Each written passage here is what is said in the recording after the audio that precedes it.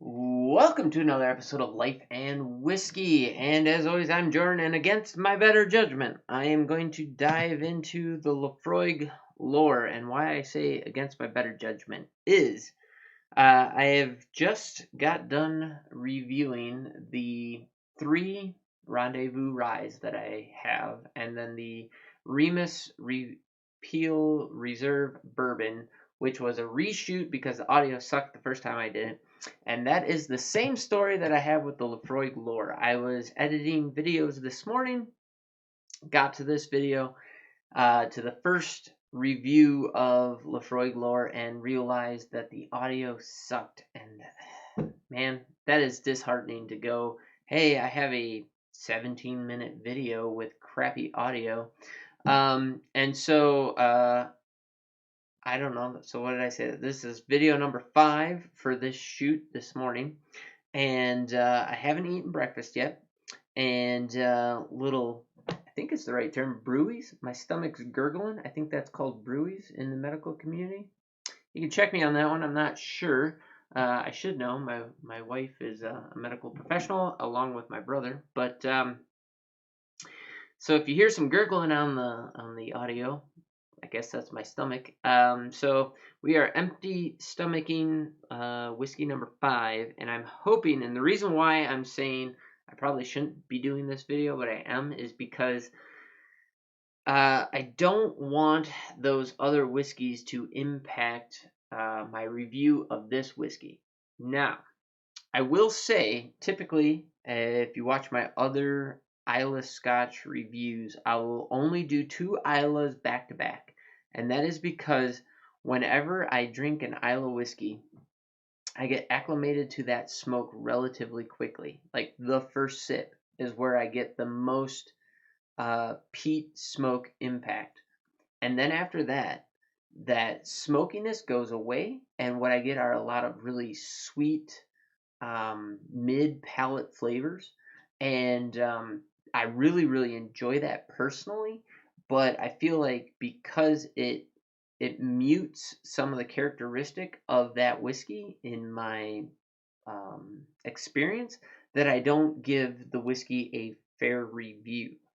So I don't want to mute any of the characteristics of that whiskey, and so because this is the first Islay Scotch or peated Scotch that I'm going to be reviewing today, I don't believe it'll be as impacted. And hopefully, even though we're coming off 3 96 proof whiskeys and 1 100 proof whiskey, I hope none of those drank hot or burnt out my tongue or my palate. So hopefully those will not gravely impact how I review this whiskey, because really big fan of this.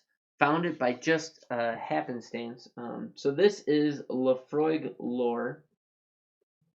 It's been on my list for quite some time. I picked it up for $84.99 in Casper, Wyoming, just as a happenstance. We were coming back from my wife's antelope hunt here in October, and we stopped in Casper because, well, I knew that we used to live in Casper, and I knew there were a couple liquor stores in town, and I was like, hey, they're right off the interstate. Let's just stop, take a look. They're on our way home. What the heck? And there on the shelf was this Laphroaig lore. Now, there were 4 bottles of it available when I bought this. Now, I bought, I think, like $500 worth of whiskey that day, along with this Ardbeg. This was a $160 whiskey. So I'd already spent a fair bit of money. But this Laphroaig lore was one that was on my list. And we brought it home, tasted it, and both my wife and I were just absolutely in love with this whiskey.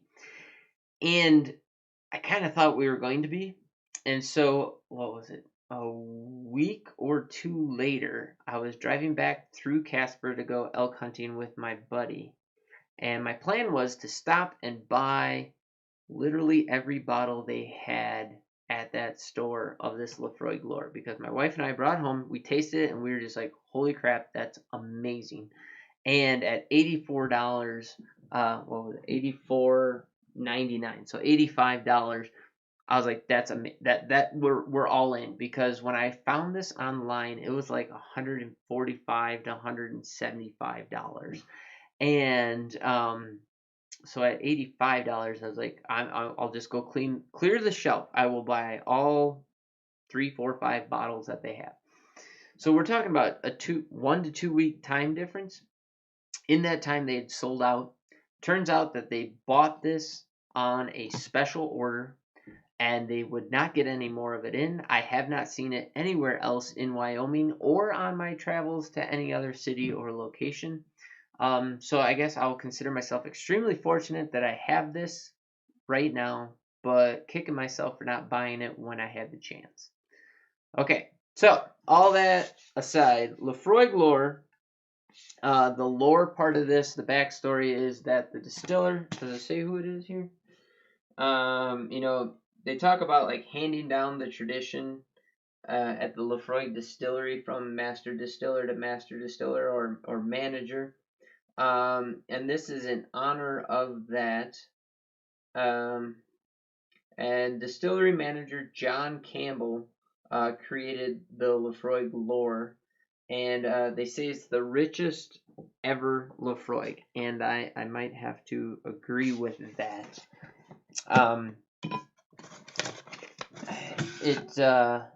I like the dark canister as opposed to the white.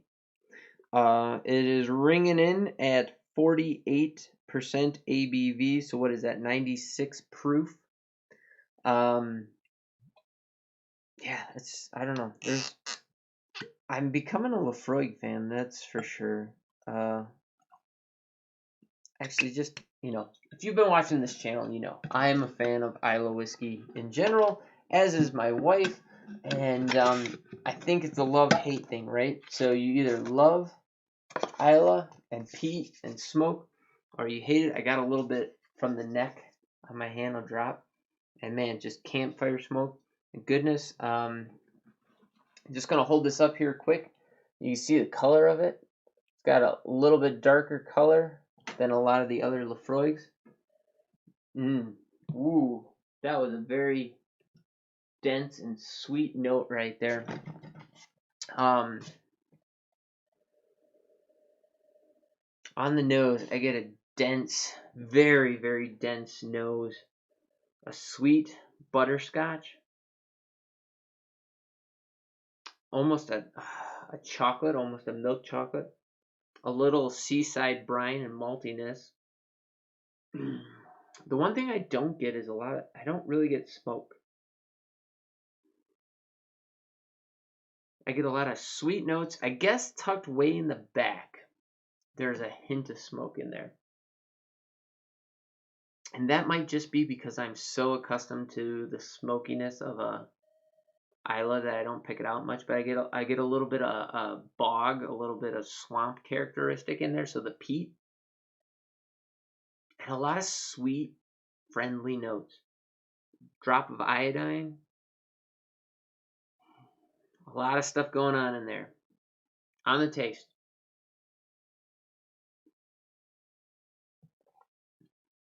Oh man.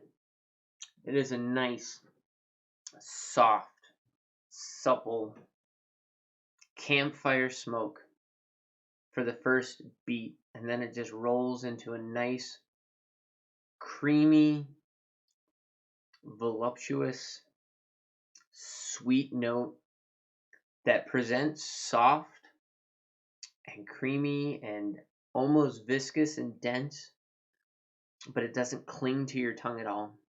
And it's just a sweet brown sugar that pushes forward into just a tipple of iodine. Get a little more of that peat, a little smoke, a little ashiness, like a cigar, how a cigar presents. And then it finishes with a nice, well-balanced, salty brininess that I find in almost all Laphroaigs. if there's one word to sum up this entire whiskey, it's balanced. Start to finish, there's no spikes here or there. It's very fluid from flavor to flavor to flavor. I mean, this is just excellent, excellent whiskey. Yes, it's expensive, but it is worth every penny if you are an Islay fan. And if you can find it, the nose went sweet. I can almost get some fruit notes out of it. And oddly enough, it's transitioning into a little bit of a smoke characteristic. A peat smoke characteristic. And you get that butterscotch in there.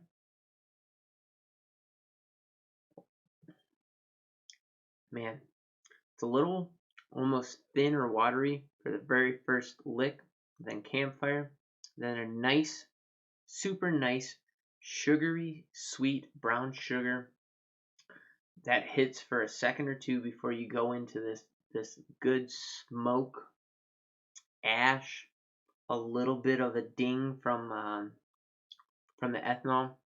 You get some dark fruit, like almost like a I don't know, like almost a raspberry or a plum, or I know that those two flavors are very distinct and different from each other, but some kind of a nice, sweet, dark fruit, and then that brine and smoke to finish it out. Man, it's just a very well balanced, ever changing whiskey experience. It's just it hits all the right notes. There's nothing unpleasant. There's nothing unpleasant in the smell, in its presentation. The burn is not really even there at all. It's just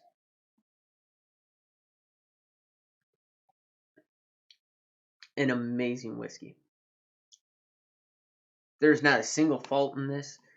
If you can afford it, if you like Islay, and if you can find it, go find a bottle of Laphroaig Lower and just enjoy it.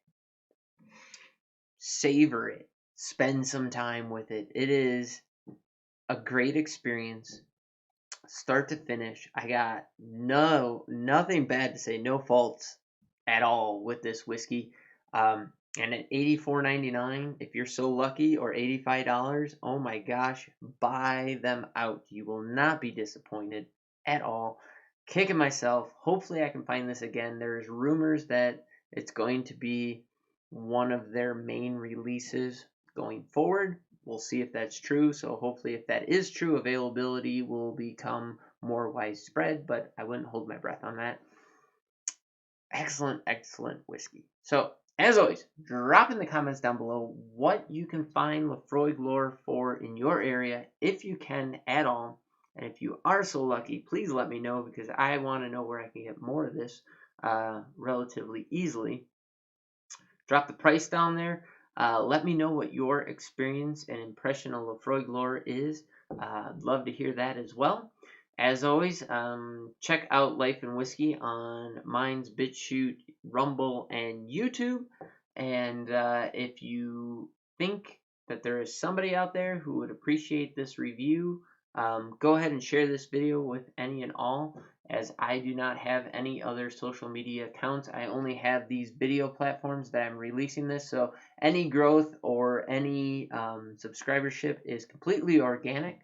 So I'm depending on you to help me grow this channel. So go ahead, put it out there. This will be video, I don't know, 170, something like that. I don't know.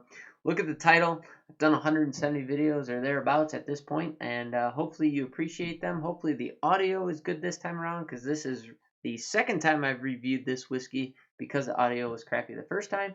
So I think that's all I got to say about all this.